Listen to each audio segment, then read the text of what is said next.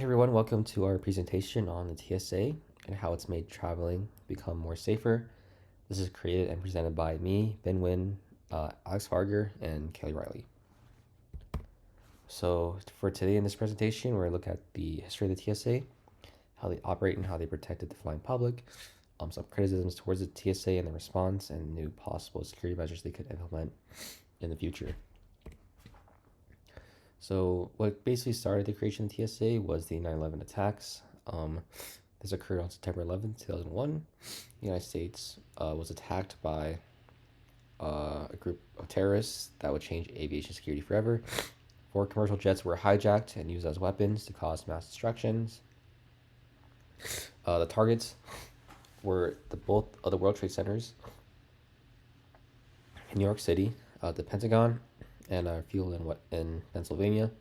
Although the intended target was the Capitol or the White House, over 3,000 people would die that day, and millions of other lives would be affected, and aviation was changed forever. So in response to 9/11, the United States passed the Aviation and Transportation Security Act on November 19, 2001. The TSA was created and became part of the Department of the Homeland Security, made airport security go from private control to federal control. Their main mission is to protect the nation's transportation systems to ensure freedom and movement for people and commerce. So airport security before TSA basically did not exist. It's very relaxed. Airport security was handled by private security companies or contractors. It was very inconsistent training across the United States, very inconsistent standards, no set standardized operating procedures. And it's crazy to think about anybody back then could walk to the gate with another passenger without needing a boarding pass or an ID. That's basically unheard of today. So after the TSA takes over, they've implemented a bunch of new stuff. Standardized procedures, training, and consistent screening across all airports. Multi-layered security that includes passenger and baggage screening, intelligence gathering, explosive screenings, and the use of federal air marshals. Before you book your ticket, TSA does evaluate every passenger on a government watch list.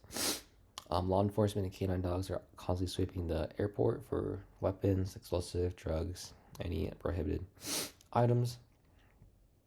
TSA's officials are also trained at identifying suspicious behavior and verifying passenger identity.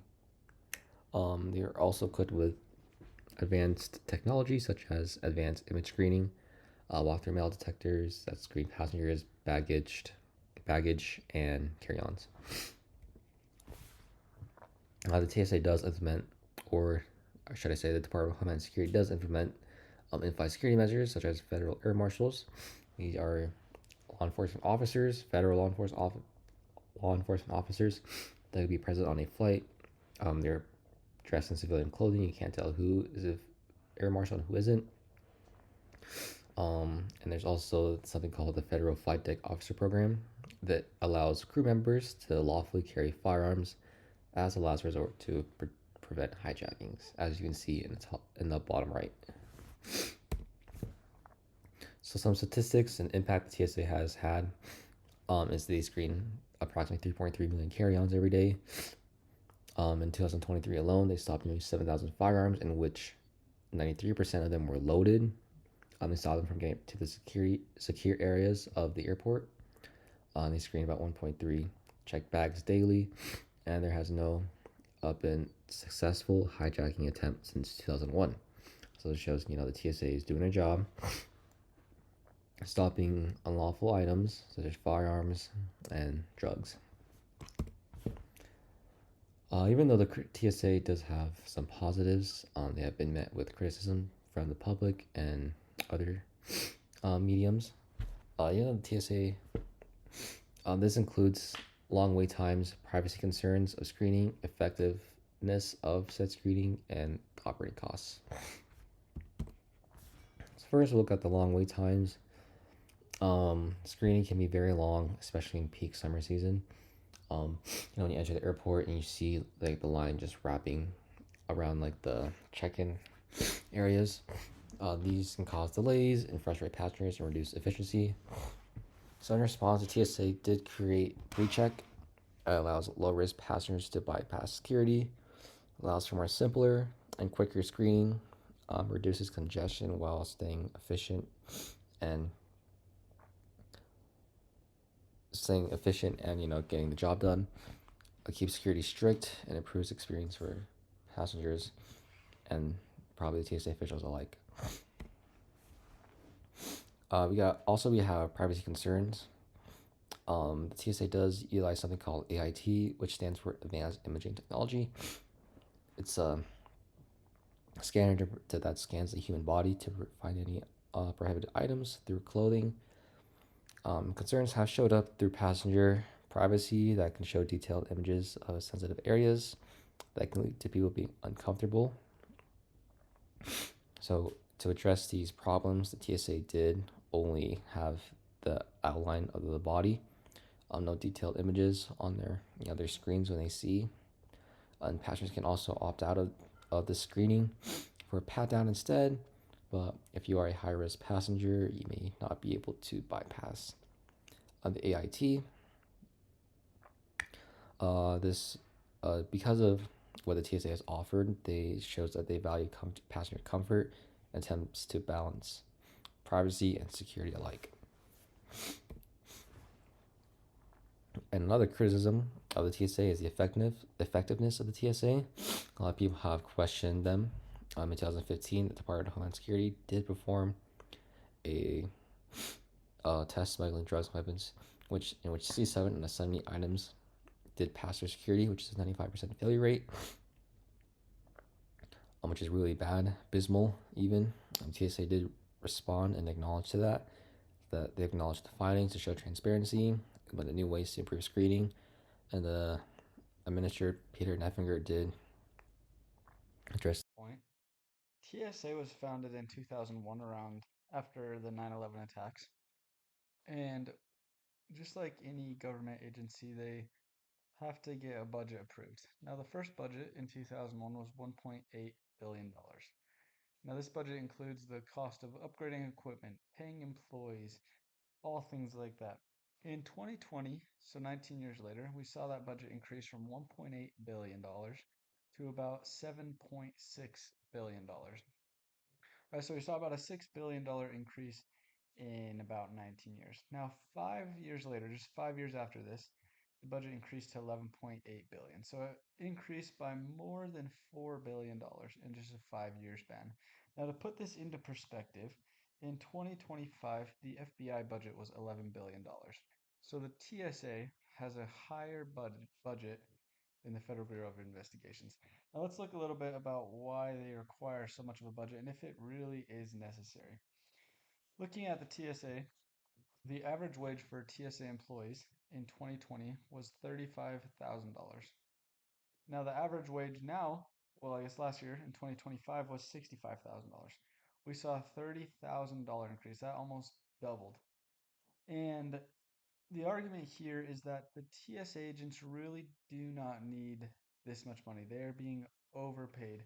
And if we look at other jobs like school teachers and things that require college degrees, they are making about $60,000 to start. So is it really necessary to pay TSA agents $65,000 when they could start paying them maybe a little bit less and cut funding there in order to bring down the budget so they're not taking as much money?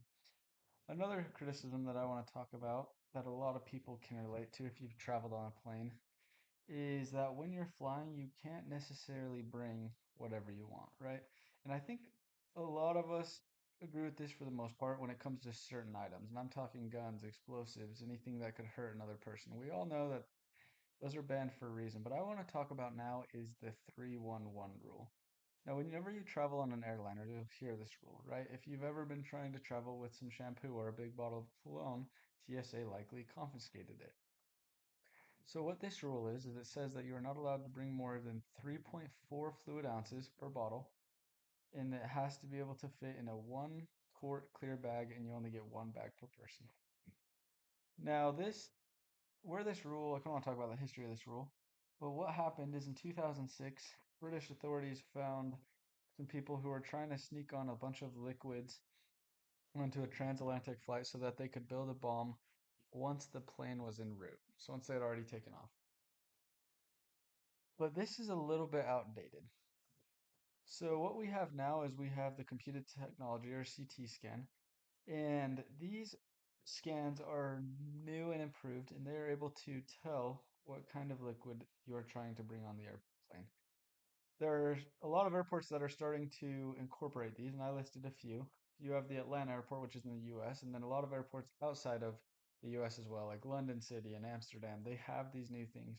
But the TSA still does not allow you to bring these liquids on board, even though some of the other countries are starting to get a little more lenient on board. Is at Salt Lake Airport, as was the tomography as well, computed tomography. But if you've been to the airport recently, you've probably noticed that there's a screen that takes a picture of your face when you insert your ID. And this is quick because it's linked electronically to the secure flight database to confirm travelers' flight details and tickets. And so this makes it super secure because you can't use a fake ID, you can't make a fake boarding pass. You need both because it connects to the database and makes sure that you're scheduled to fly that day. And passengers appreciate this too because it's touchless and it's quicker. People are a little bit concerned about this technology because they don't want a database of their face or information, but all of this information is deleted after 24 hours after they've left. So it's not like they keep up with this or that they track your information or anything like that. There's always constant changes to keep flying safe, new improvements, and security doesn't just stop after the passengers have made it through the screening. Airport staff, gate agents, flight attendants, and pilots, they're all trained to recognize hazardous behavior and anything that can be bad for the flight. The FAA also does have a zero tolerance policy, which means that they don't put up with any of the rules not being followed or you being disruptive on a flight. You'll just be put on a no-fly, which is really unfortunate, and it keeps people safe that way because if you're dangerous, no one wants you flying. There is also a new rule about a secondary barrier on the flight deck door. This is just so when pilots need to come out, maybe to use the restroom during flights. Normally, flight attendants put that little cart in front of the door. It's not much security. It's something, but it's not much. So the FAA wants 2 doors so that they can have the chance to leave the flight deck, but that it's not just open, that it's never open during any time during flight. And the Federal Air Marshal Service was talked about a little bit previously. That is like law enforcement in the sky. This is super helpful. But the FAA, TSA, and all other agencies work closely together. They come up with solutions and they collaborate to find the best way to solve problems that they see. And so these constant improvements just make aviation safer and safer. And in conclusion, TSA has improved aviation security lots. And it was from the tragic events of 9/11 from 2001. And TSA is so important because they might not detect everything, but they definitely find things and report things. There's been no successful hijacking since the creation of TSA in the US since 2001. So that's important. Safe. And like mentioned before, TSA is not perfect. The data previously in this slides has shown that some prohibited items can still get through checkpoints, but they do catch a lot, and it's definitely hard to get those things on planes. Long lines are some of the downsides to TSA, and the strict rules make passengers frustrated what they can and can't bring on planes, but it's necessary to keep aviation safe. They have all of these rules because of previous things that have been done that were dangerous, and so they're not just making up rules that are frustrating, like the liquid example previously. It's crazy what people can do with more than 3 ounces of liquid. but TSA has made a positive impact on aviation security.